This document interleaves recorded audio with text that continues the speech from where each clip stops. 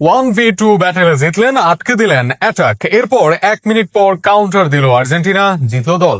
Match জয়ের পর Messi রোমেরোদের নিয়ে অনেক আলোচনা আছে, তবে আড়ালে সেই ইন্টারসেপশন যা হয়ে আছে এক আন্ডাররেটেড মুহূর্ত হয়ে। প্যারাদেসের সেই ইন্টারসেপশন ও আন্ডাররেটেড মুহূর্ত নিয়ে থাকছে প্রতিবেদনা। কোনো মুহূর্ত একটা ম্যাচ জেতাতে পারে, কোনো কোনো ক্ষেত্রে গোল করে বা মনোমুগ্ধকর অ্যাসিস্ট, আবার কোনো লাইন ব্রেকিং পাস নিয়ে হয় আলোচনা, কখনো ডিফেন্ডারদের ট্যাকেল বা ক্লিয়ারেন্স নিয়েও টপিক থাকে সরগরম।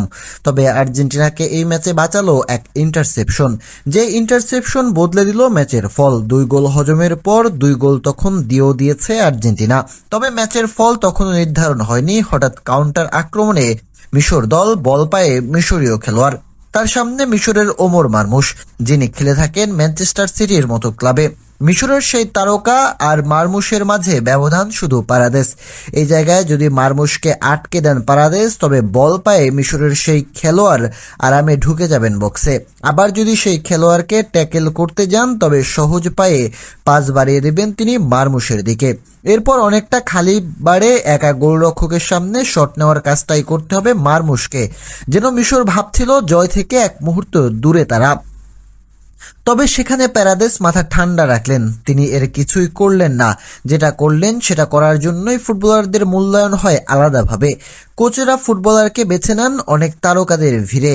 প্যারাদেস সাময়িকভাবে পাসিং লেন আটকে দিলেন মিশরের খেলোয়াড়ের। এরপর তাকে এগিয়ে নিতে যাওয়ার সময় একটু এগিয়ে দিলেন বাঁ পাশে।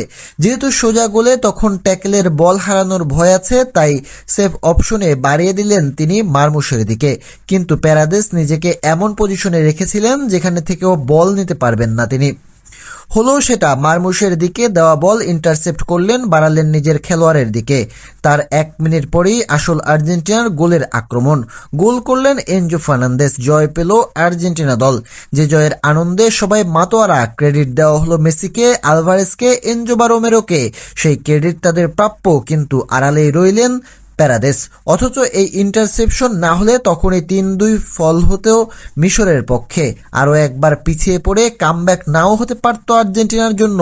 তাই দিন শেষে হয়তোবা অনেক গল্পে এই ইন্টারসেপশনের কথা উঠবে না, কিন্তু ফুটবল ফ্যানরা মনে রাখবেন এটি। কোচরাই খেলোয়াড়কে ডেকে বড় আকারেই দেবেন কৃতিত্ব। সেই কৃতিত্বের কারণেই আজ বেঁচে আছে আর্জেন্টিনার স্বপ্ন।